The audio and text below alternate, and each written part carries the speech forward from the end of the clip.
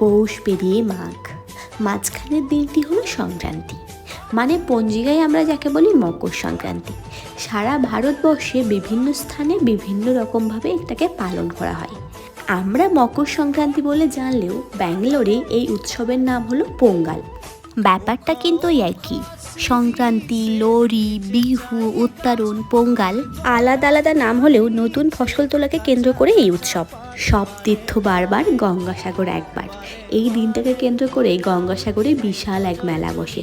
ছোটোবেলায় দেখতাম বয়স্ক দাদু দিদারা সবাই এই মেলার উদ্দেশ্যে রওনা দিত।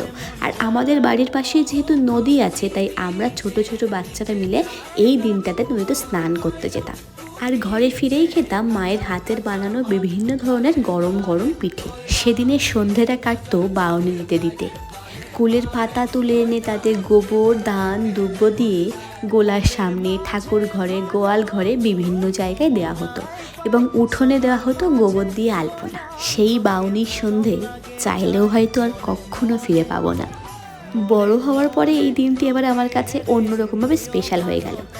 এই দিনেই গেছিলাম আমি এক জায়গায় টুসু পুজো দেখতে, এবং আমার হাজব্যান্ড আমাকে সেদিন প্রথম দেখে আর পছন্দও করে বসে।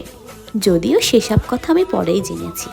অনেক এক্সপেরিমেন্ট করে, অনেক ইউটিউব ভিডিও দেখে, কারোর সাহায্য ছাড়াই আমরা দুই টোনাটুনি মিলে আজকে বানিয়ে ফেললাম দুধ পুলি। খেতে তো পারবে না, তাই দেখেই জানিয়ে দিও ভিডিওটা কেমন হয়েছে।